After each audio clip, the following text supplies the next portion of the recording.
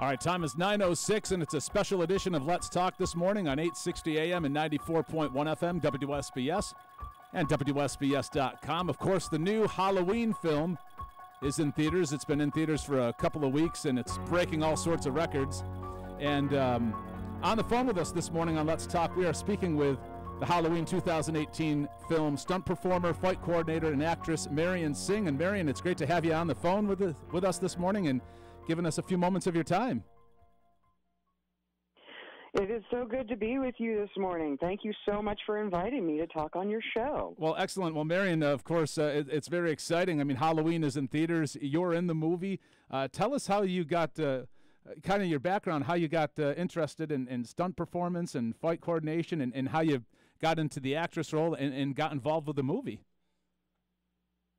Well, it's really kind of crazy. I've been a martial artist for about 25 years now, and that kind of got me into choreographing fights for tournaments and things of that nature. And then I've always been on stage. I've been in the public eye since I was 4 years old, and I went through theater and music. I played in a couple of bands and been on tour. And then, everything just kind of culminated in this crazy mishmash of getting involved in independent film, and then they told me, well, Atlanta's blowing up right now, so why don't you get involved in some casting pages for Atlanta? I'm like, okay, well, that sounds good to me. So I submitted for a post on an Atlanta casting page looking for athletic men and women. I thought, okay, well, that sounds kind of like me. Okay. Right. So I submitted for it, and, I got a call back in like 10 minutes. Hey, can you go for a fitting on Monday? And I was like, yes, I can. Sure, yeah. So that turned out to be for Mockingjay 2, Hunger Games. Oh, excellent. And from there, it's pretty cool. After that, I got sent to the next film, and it just kind of snowballed from there. After that, I did the sequel to Divergent, Insurgent, where I passed an audition to be one of Eric's military Corps 10 erudite dauntless, where I arrest Peter in the stables at Amity Faction. And then it moved on to a couple of episodes of The Originals on the CW network, and Pitch Perfect 3. I actually got to test Anna Kendrick's harness when we were doing rigging when she jumps off the boat. So that was fun. Wow. There was a little dance number, but we won't talk about that. Sure, okay. So Darkest Minds was just in theaters in August this year, and I got to die horribly in that. I seem to die horribly for a living. It's a thing. Yeah, you're getting on screen with the gruesome deaths, correct? Yes, very much so. So in January this year, I got a phone call, and it was from stunt coordinator legend Ron Hutchinson. And he invited me to play on this lovely Halloween 2018 project. So it was a wonderful night, and everybody was so focused. You could feel the passion for Halloween and Michael Myers coming back that whole night when it was so cold, and we were just all really laser focused on getting this thing done and getting it done well as a love letter and a nod to the fans, and, throwing back and doing some Easter eggs to previous Halloween films just to show respect that, they don't exist in our timeline, but you know what?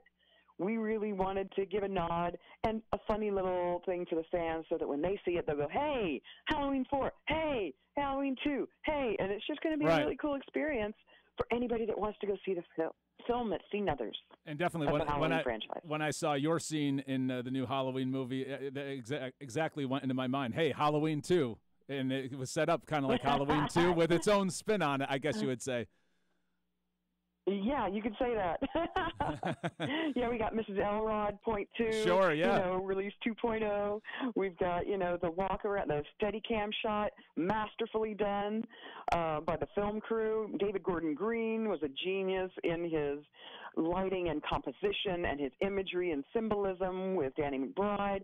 We've got some humor in there to break up some of the tension.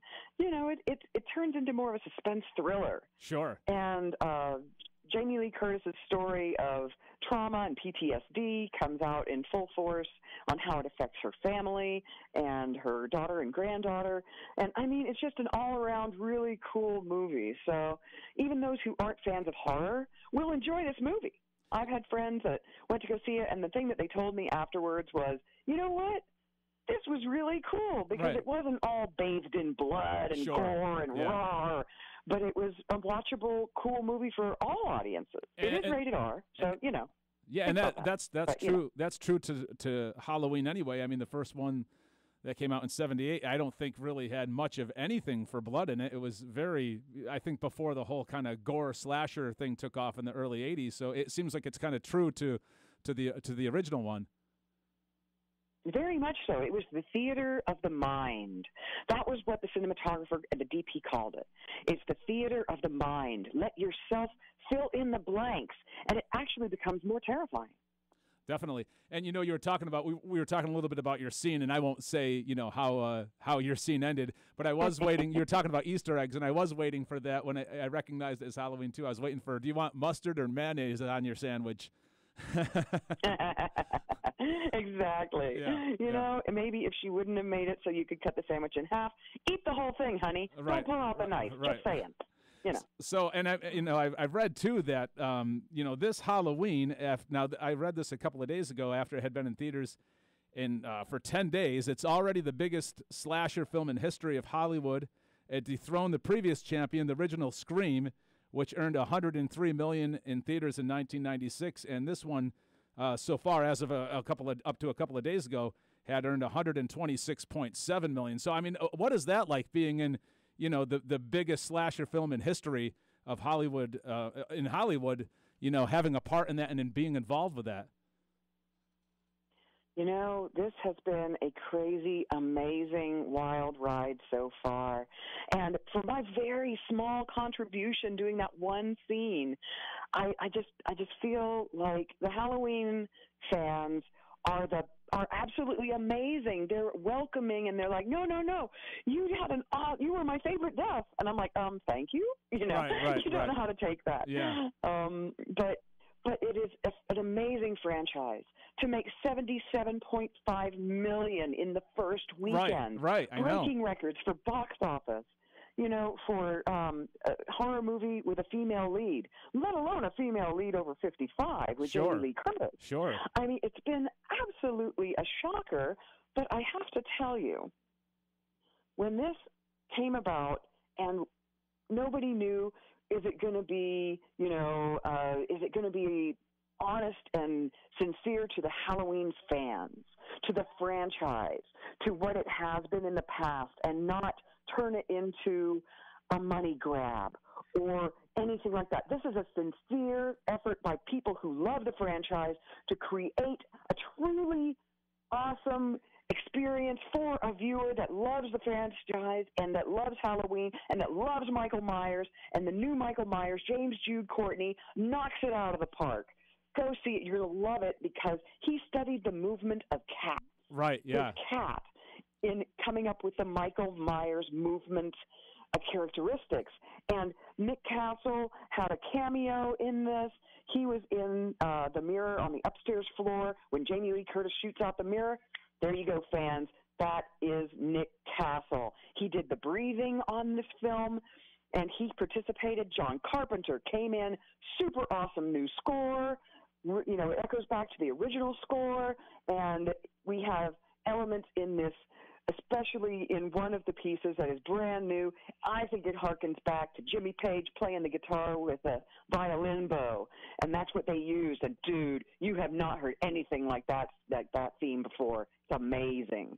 No, it is awesome, and I think that's probably why it I would think that's why it did so huge in the opening weekend. I mean, it's not kind of, you know, because as the sequels went on, it kind of got a little more cloudy with you know, how the story went, and it's kind of like you said, it doesn't include the other sequel storylines, but it kind of throws you know, a tribute back to him a little bit with some of the scenes, but it really kind of makes everything clear and crystal clear. And even if, you know, for me when I was in theaters, you could kind of forget about the plot a little bit because the imaging, and when I saw the actor for Michael Myers, I thought it was the original actor for Michael Myers because the movement is so, just the look of everything, the movement, the way he moved, the music, and just the look of the whole movie was so classic looking. That was the one thing I really liked about, they say seeing is believing, but I really just liked the whole look and the theme of it. I think in some ways more than some of the action, to be honest. It was just so classic looking. It felt like it came out, like a year or two after that original movie came out. Very much so. Yeah. We're going back to the original Michael Myers on this one. And to think, people get trapped in the other timeline, and they harken back to that when they do their critiques. Yeah. It's like, he's fixated on Laurie, and wait a minute, how did they wind up together, and all this stuff for the final showdown. And it's like, dude, they are not brother and sister in this timeline. Yes, yeah. People will binge watch all the Halloween movies and then come to this one, and it's like, no, wait. Watch the original and then come see this. Right. If you want to see the Easter eggs and be in on the jokes and on the inside storyline, yeah, sure, you can binge watch all of them because you're going to see those Easter eggs. You're going to see those throwbacks. You're going to hear the comments, and you're going to see the shots that harken back to the other movies. But yes, this is all about the timeline. They are not siblings, and everything is orchestrated. Michael Myers is a force of nature. He is not got a motive. He is the absence of motive. That's why the mask. There is no emotion. There is no compassion. There is no mercy. He is like a lightning strike that comes out of nowhere. He is the storm clouds that are, talking about the impending storm to come. Right. And then when he strikes, there is no warning. There is no letting up, no mercy. He is Michael Myers. Right. Well, it is definitely, a fantastic film. If you haven't seen it yet, go see it today on Halloween. That would be fitting to go check it out. But it was absolutely fantastic. And what was, do you have a favorite a moment or a favorite scene or a favorite experience on working on that film that kind of stands out above the rest? Oh, my goodness. It was just absolutely amazing. I spent the whole evening with James Jude Courtney himself. The Shape, Michael Myers, we were at the lunch table. Yeah, we were having dinner. But we were also talking about how to do this scene and to watch his process, to watch him work out how he was going to do what he was going to do, to collaborate with the director and the stunt coordinator and everything involved. Well, probably one of my favorite moments was when I was sitting at the lunch table with the teenage stars and James Jude Courtney, and we were talking, and one of the girls said, "Wait, that was you?" And one of the guys stars said, "You can hear that scream down the block," and it was funny as heck. Well, that's awesome. But that's I great. think that there was and stunts are playing a major role in films today, in the past, all the way back to amazing sequences in Ben-Hur, and stunts have always been there to create the excitement in our films today and in the past, and to be in the future. And we've always, for the last 40 years, 30 years, Jack Gill has been in a process of trying to get stunts an off-camera nod, just an award off camera for a category for stunts, stunt coordinating, anything for the Oscars, because that's the ultimate in film, would be to be invited to have a category at the Oscars. And we have a hashtag, Stand Up for Stunt, trying to get interest and trying to get people to realize that, hey, what's a film without stunts? Dude, really? Come on. What do you think the reason is that they don't have that category at this point? Makeup artists have a category. The costume people have a category. Sound design has a category. That's crew off-camera stuff that's on camera, but it is, it's ambiance. It is all the things that make the film feel the way it does. How about something that makes the film do what it does? Right, the actual vehicle for it. Yeah, I think people can't take the idea that actors don't do their own stunts, except for very few exceptions. Tom Cruise does his stunts, and other actors like to do their own stunts at certain points. But to take the risk for an actor, to put our lives on the line so that the actor will look good as their stunt double, to do these sequences that add the wow to a film.